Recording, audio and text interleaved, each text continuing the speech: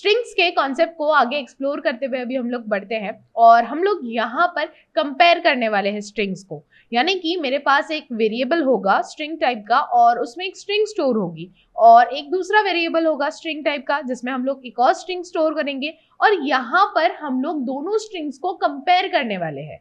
तो अब हम लोग यहाँ पर कंपेयर करने के लिए इस्तेमाल करने वाले हैं strcmp इस फंक्शन का, जिसे हम लोग कहते हैं स्ट्रिंग कंपेयर। ठीक है, तो हम लोग इसका इस्तेमाल किस तरह से करते हैं ये भी हम लोग प्रोग्राम के थ्रू समझ लेते हैं। ठीक है, तो अभी हम लोग बढ़ते हैं अपने प्रोग्राम की तरफ।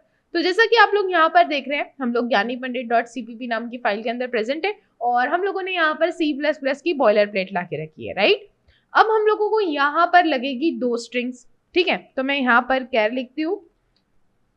हमारे पहले एरे का नाम हम लोग दे देंगे str1 और हम लोग यहाँ पर डायरेक्टली अप्लाई कर देते हैं वैल्यू। आप लोग चाहो तो यूजर इनपुट ले सकते हैं, हम लोग यहाँ पर डायरेक्टली करेंगे। ठीक है, तो अभी हम लोग यहाँ पर एक स्ट्रिंग लिख देंगे। तो मैं यहाँ पर लिखती हूँ वेलकम टू ज्ञानी पंडित। ठीक है, अब हम लोग यहाँ पर स्ट्रिंग को कंपेयर कर रहे हैं, राइट। तो उससे थोड़ा हम लोग समझ लेते हैं कि अब कंपैरिजन होगा तो यहाँ पर कंपैरिजन कैसे होने वाला है। अब हम लोग जब स्ट्रिंग को कंपेयर करेंगे strcmp इस फंक्शन के थ्रू, तो ये फंक्शन क्या करेगा, स्ट्रिंग को, दोनों स्ट्रिंग को, लाइक अभी मैं यहाँ पर एक कैरेक्टर टाइप का दूसरा एरे बना लेती हूँ str2 और हम लोग यहाँ पर एक और स्ट्रिंग स्टोर कर देंगे। ठीक है, तो मैं यहाँ पर लिख देती हूँ स्टडी विथ ज्ञानी पंडित। ठीक है, अभी हम लोगों ने एक और एरे बना लिया, राइट। अब ये कंपेयर फंक्शन कैसे काम करेगा, अब ये हर एक कैरेक्टर को यहाँ पर चेक करेगा। ठीक है, या ये कैरेक्टर स्ट्रिंग में प्रेजेंट है उसी पोजीशन पे, अगर है तो आगे बढ़ेगा, नेक्स्ट कैरेक्टर को चेक करेगा। तो ऐसी वो पूरी स्ट्रिंग को चेक करेगा। अगर दोनों स्ट्रिंग इक्वल आती है तो हमारा जो आउटपुट आएगा वो आएगा स्ट्रिंग्स आर इक्वल, अदरवाइज हमारा जो आउटपुट आएगा वो आएगा स्ट्रिंग्स आर नॉट इक्वल। ठीक है, मैं यहाँ पर दोनों स्ट्रिंग्स को प्रिंट करवा देती हूँ। तो हम लोग यहाँ पर लिखेंगे std cout str1। ठीक है, फिर हम लोग यहाँ पर क्या करते हैं, मैं एंडल कर देती हूँ, एंड ऑफ लाइन। तो मैं यहाँ पर लिख देती हूँ एंडल, फिर हम लोग यहाँ पर लगा देंगे सेमीकोलन और वैसे ही हम लोग यहाँ पर दूसरी स्ट्रिंग को भी प्रिंट कर देंगे।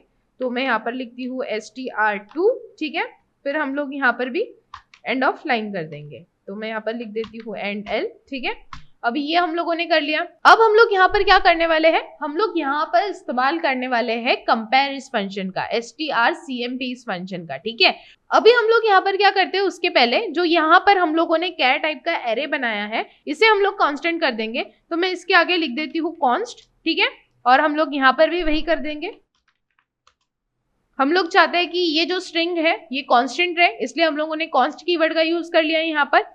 अब हम लोग क्या करेंगे, नीचे आएंगे और हम लोग यहाँ पर इस्तेमाल करेंगे strcmp इस फंक्शन का। अब हम लोग इसे इस्तेमाल करेंगे इफ एल्स स्टेटमेंट के साथ।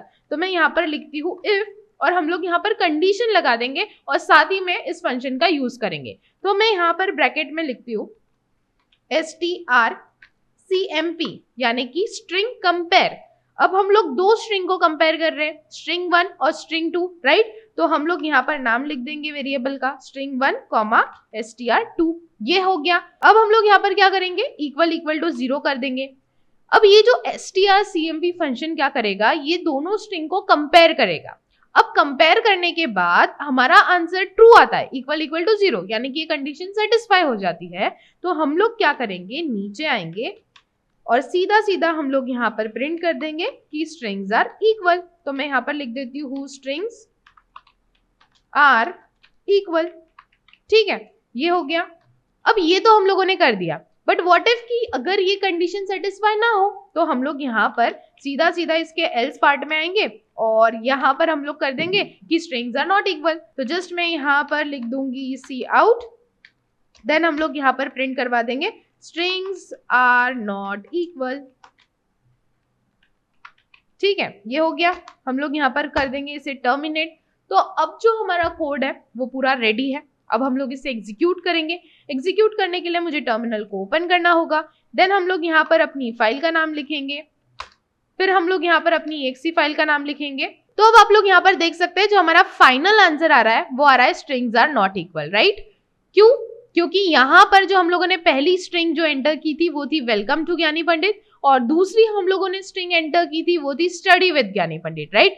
अब यहाँ पर क्या हुआ कि strcmp इस फंक्शन ने दोनों स्ट्रिंग्स को कंपेयर किया और हमारी कंडीशन के अकॉर्डिंग जो हमारा आउटपुट आया वो आया है स्ट्रिंग्स आर नॉट इक्वल, यानी कि दोनों स्ट्रिंग्स सेम नहीं है। अब हम लोग यहाँ पर क्या करते हैं, दोनों स्ट्रिंग्स को सिमिलर कर देते हैं, ठीक है। तो मैं सबसे पहले टर्मिनल को क्लोज कर दूंगी। अब हम लोग यहाँ पर क्या करते हैं, मैं इसे रिमूव करती हूँ। तो हम लोग क्या करेंगे, स्टडी विद ज्ञानी पंडित को निकाल देंगे और यहाँ पर जस्ट मैं लिख देती हूँ वेलकम टू ज्ञानी पंडित। अभी जस्ट हम लोग इसे कॉपी कर लेंगे और मैं यहाँ पर क्या करती हूँ, इसे पेस्ट कर देती हूँ, ठीक है। तो मैं यहाँ पर इसे पेस्ट कर देती हूँ। अब हम लोगों ने यहाँ पर क्या किया है, दोनों वेरिएबल्स में हम लोगों ने सेम स्ट्रिंग स्टोर की है। तो अब हम लोग जरा आउटपुट देखते हैं। तो आउटपुट रन करने के लिए हम लोग टर्मिनल को ओपन कर देंगे और यहाँ पर मैं अपनी फाइल का नाम लिख दूंगी। देन हम लोग अपनी एक्सी फाइल का नाम लिखेंगे। तो आप लोग यहाँ पर देख सकते हैं जो हमारा आउटपुट आ रहा है वो आ रहा है स्ट्रिंग्स आर इक्वल। क्यों? क्योंकि इस बार हम लोगों ने स्ट्रिंग 1 में भी वेलकम टू ज्ञानी पंडित स्ट्रिंग को स्टोर किया था और स्ट्रिंग 2 में भी हम लोगों ने सेम स्ट्रिंग स्टोर की थी, राइट। तो कुछ इस तरह हम लोग यहाँ पर strcmp इस फंक्शन की मदद से स्ट्रिंग्स को कंपेयर कर सकते हैं। आई होप ये आप लोगों को समझ में आया और आप लोग इससे रिलेटेड क्वेश्चंस को सॉल्व करेंगे और इस कॉन्सेप्ट से फैमिलियर हो जाएंगे।